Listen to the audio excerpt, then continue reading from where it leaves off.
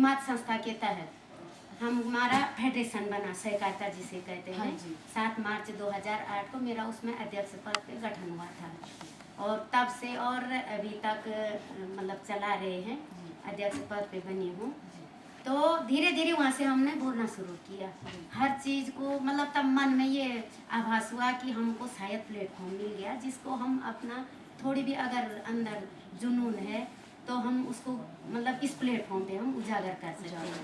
तो तब एक शक्ति जैसी मिली, उत्साह जैसा मिला। तो तब मैंने धीरे धीरे धीरे अब 850 महिलाएं हमारी शेयर होल्डर उस फेडरेशन में, तो उतनी महिलाओं की लीडरशिप करना 87 समूह है, SHG जिसे कहते हैं। तो एक जिम्मेदारियों का बोझ जो है न चाहते हुए, मेरी इच्छा नहीं थी, मुझे ये था कि भाई BA MA पढ़े लिखे हैं बहनें हमारे समूहों में, तो ये बन जाएंगे तो इनसे हम भी सीखेंगे। लेकिन कोई तैयार नहीं हुआ। तैयार क्यों नहीं हुआ कि घर से बाहर जाने की उनको परमिशन थी नहीं, और जिनमें हुनर था, काबिलियत थी, उनको तो परमिशन थी नहीं।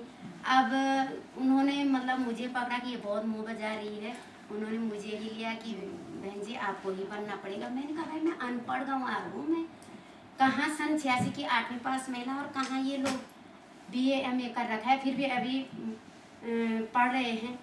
तो वहाँ पे मतलब नहीं हो पाया ये सब कुछ, तो उन्होंने मुझे ही जोर ज़बरदस्ती वहाँ पे बिठा दिया समझ लो। तो तब ये होता है कि मतलब या करो या मरो वाली भावना कि मतलब एक जुनून फिर दुगना हो गया वो कि अब तो भाई पद में मिल गया, अब तो कुछ ना कुछ करना है, और संकल्प में तो विकल्प कभी होना नहीं चाहिए। तो तब मैं अपने आप मनन करने बैठ गई। अब इतनी महिलाओं की लीडरशिप करना मेरे लिए उस समय बहुत बड़ी बात थी, लेकिन मैंने मतलब कंधा लगा दिया, देखा जाएगा। तो तब धीरे धीरे धीरे धीरे करके जो उस संगठन को लेकर के, उस समूह को लेकर के, संस्था को लेकर के और परियोजना को लेकर के जो मेरे मन में विचार ख्याल आए, तो मैं उनको मतलब शब्दों के रूप में और वाक्य बनाकर उसको मतलब कविता या गीत के रूप में मैं बनाने बैठ गई कि मतलब महिलाएं हैं, पहाड़ की महिलाएं हैं, कामकाज में दिन भर व्यस्त रहती हैं क्योंकि धरातल से जुड़ी हुई हैं, सब कुछ देखना है। मुझे बहुत सारी दिक्कतें आएंगी इनके साथ। बिल्कुल। अब ये घर से निकलने के लिए तैयार नहीं है, अगर आ भी गए तो ये अपनी सारी अपने आप पीछे आ रहे हैं बैठक में, अपनी समस्याओं को आगे रख दे रहे। हालांकि मेरी भी है वो समस्या, लेकिन अब मैं ही अपनी समस्या प्रदर्शित करूँ तो ये पीछे वाले क्या करेंगे। तो तब मैंने धीरे धीरे धीरे धीरे जो भी मतलब अड़चन आती थी सहकारिता को चलाने में, जो भी समस्या आती थी, मैंने उस पर पहले ही मैंने शब्दों का चयन करके और वाक्य बना करके, गीत या कविता बना करके मैंने उसको संग्रहित किया। फिर उन महिलाओं के सामने मैंने वो प्रस्तुत किया। तो उसमें मतलब प्रेरणा भी थी, अपनी समस्या भी उसी में थी, उन्हीं गानों में। फिर उसी में कैसे हम इस समस्या से उठे, वो जागरूकता भी उसी में मतलब मिश्रण कर रखा था।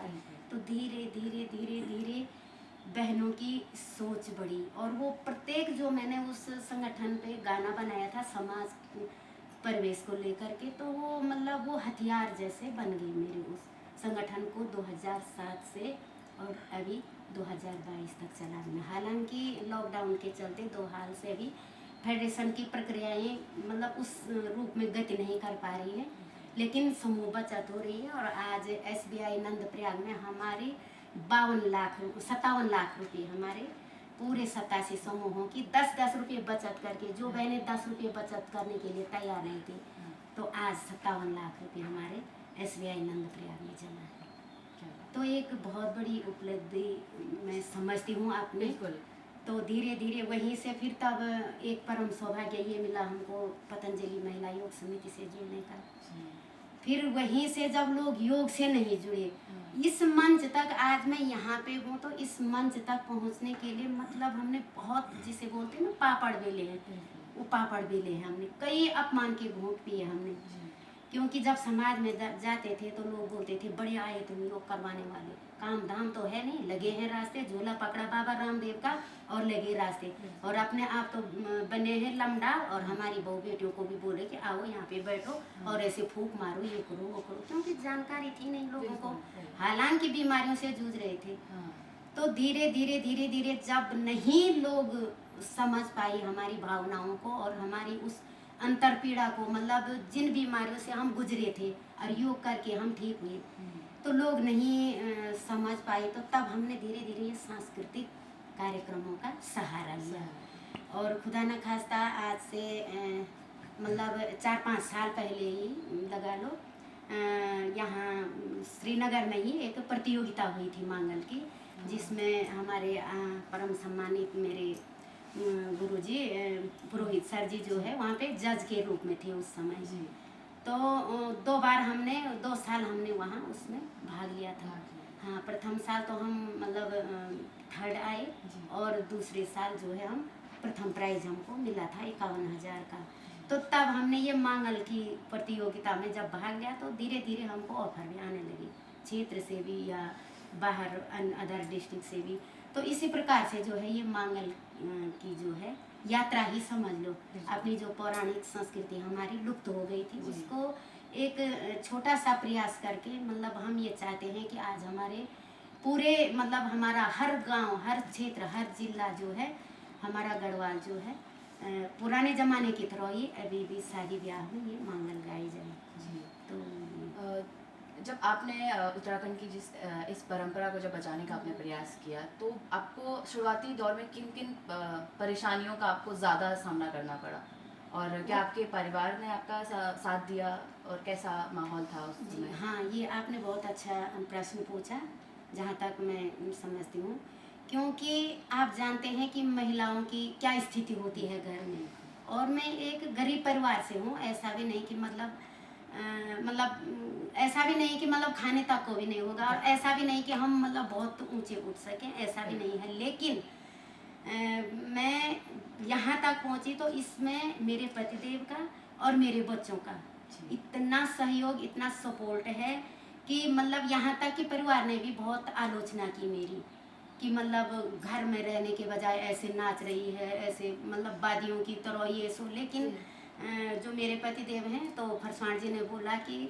अगर तुझ में काबिलियत है तो कहीं भी मतलब कोई काम भी कर ले, लेकिन मतलब जो परिवार वाले बोल रहे हैं हो ना हो ये बात कल सामने आई कि मतलब समाज में कहीं पे अगर कुछ मतलब गलती हो गई या कुछ ऐसी बात हो गई कि जो अपने ही खिलाफ हम अपने दुश्मन बन गए भविष्य के, तो मैं उस समय से लेकर और आज तक यही प्रार्थना करती हूँ कि भगवान वो दिन आए भी नहीं, जहाँ तक भी हो हम अपनी संस्कृति को आगे बढ़ाने में खरे उतरे और अपनी मर्यादा में रहकर, अपने दायरे में रह करके, अपने दायित्व को समझते हुए हमने ये सब क्रियाकलाप शुरू किए। और मेरे बच्चे, मैं अपने आप को आज के ज़माने में दुनिया की एक सबसे अभागन माँ समझती हूँ, क्योंकि मेरी बेटी नहीं है, मेरे 3 बालक ही बालक हैं। तो मेरे बालकों ने मतलब हमारा जैसे ना परिवार जैसा नहीं, हमारा स्टाफ जैसा है, पूरा परिवार अपना।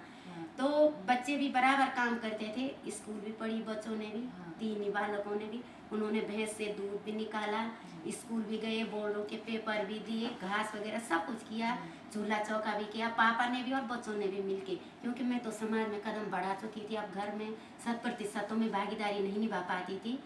और फिर क्या है कि मेरा 3 किलोमीटर पैदल मैं अभी भी चलती हूँ। आज वर्तमान युग में भी 3 किलोमीटर पैदल है हमारा गांव, अभी हम रोड से वंचित हैं। लेकिन ये है कि भाई अपना उद्देश्य और अपना लक्ष्य जो है हमने प्राप्त करना ही करना है, चाहे हम दिन रात पैदल चलना पड़े। अब इस पैदल को आड़े लगा करके हम अपने दिल के अरमानों का घूंट तो नहीं कर सकते, लेकिन जो होगा देखा जाएगा। तो इसी भाव के साथ जो है मेरे बच्चों ने भी और उनके पापा ने भी इतना सपोर्ट किया कि मैं आज समझती हूँ कि मतलब शायद ही कोई पति अपनी पत्नी के लिए कर सकता, वरना एक सन 86 की 8वीं पास महिला कितना कुछ कर सकती थी, कितना कुछ कर सकती थी, आप भी ये अंदाज़ा लगा सकते हैं। और मेरे बच्चे भी, सबसे छोटा बेटा मेरा आज 23 साल का है, तो मतलब बहुत सपोर्ट करते हैं, तो तभी इंसान आगे बढ़ पाता है। तो इतने और फिर मांगल प्रतियोगिता धीरे धीरे जैसे बढ़ती गई, तो उसके बाद क्या हुआ कि मैंने, क्योंकि मैं बचपन से मेरे पिताजी रामलीला डायरेक्टर थे, आर्मी से रिटायर्ड थे, सिकंदराबाद पुलिस EME में। तो जब रिटायर आए तो मेरे पापा भी संगीत के बहुत प्रेमी थे। तो मतलब डायरेक्टिंग करते थे रामलीला की। हमारे मेरे मायके वाले क्षेत्र में कहीं भी रामलीला होती थी तो मतलब काफ़ी इमेज थी मेरे पिताजी की। जी। तो तब मुझे ये लगता था कि मैं भी सीख गई थी। हाँ। लेकिन उस समय मतलब सबसे गलत और सबसे वो बुरा ये लगा मुझे उस समय। पुराना ज़माना हमारा बहुत अच्छा था, मैं तो मतलब गारंटी के साथ कहती हूँ इतना अच्छा था वो ज़माना। लेकिन एक कमी ये थी कि उसमें महिलाओं को, बेटियों को मतलब आगे नहीं आने दिया जाता था, मतलब सीमित दायरे में। जी। लेकिन बस इतना ही कर सकती है, तू पाठ नहीं खेल सकती है। हाँ। अगर ज़्यादा हो गया तो एक दो कोरस बोलते थे, लेकिन हाँ। मेरा मतलब अंदर से जो है आत्मा मतलब रोती थी। मुझे इतना शौक था पाठ खेलने का, जी। सारे पाठ मैंने याद कर दिए, पूरी रामायण तब से और आज तक। पूरे जितने 52 कलाकार होते हैं रामलीला में, सारे मतलब किसी की दो लाइन ही चौपाई की, किसी बहरात की 4 लाइन ही, ये सारे मतलब कंठस्थ हो गए थे। हाँ। धीरे धीरे तब हमारी जो महिला पतंजलि की राज्य सह प्रभारी हैं आदरणीय बहन लक्ष्मी पंवार शाह जी, जो आदरणीय सर जी की शिक्षिका भी रही हैं, तो मैंने कहा बहन जी ऐसा करते हैं, महिलाएं तो जुड़ने के लिए तैयार है नहीं योग से। हालांकि 100% जो बीमारी मुझे थी, हमारे पहाड़ में आज मतलब 99% महिलाओं को वो परेशानी है, लेकिन फिर भी योग करने के लिए तैयार। क्यों? कि वो दवाइयों पर निर्भर हैं और विश्वास है पूरा एलोपैथी पे। हम एलोपैथी का विरोध नहीं कर रहे हैं, वो भी जरूरी है, लेकिन जब निःशुल्क इलाज हम अपने घर में कर सकते हैं तो क्या फायदा हमको पैसा बर्बाद करने का। जहाँ पे जरूरत है वहाँ पे करेंगे। जी। तो मैंने कहा बहन जी ऐसा करते हैं, मांगल तो एक तरफ से हम जुड़ी गए इस अपनी पौराणिक संस्कृति से। अब ऐसा करते हैं, महिलाएं होती हैं संगीत की काफ़ी शौकीन, तो ऐसा करते हैं कि रामलीला शुरू कर दे। और बहन जी इतने जोर जोर से हंसे कि अब मैं तो देखते रह गई। मैं और एक आरती गोसाई बोली जो हमारे मेरे साथ है, वो लोग गायिका भी हैं, और हम दोनों मतलब एक याचना जैसे कर रहे थे कि मैंने कहा बहन जी ऐसा करते। और बहन जी हंसी बहुत जोर से कि बहन जी क्या ये ऐसा हो सकता है। मैंने कहा बहन जी आप ऐसे क्यों, कारण बताओ।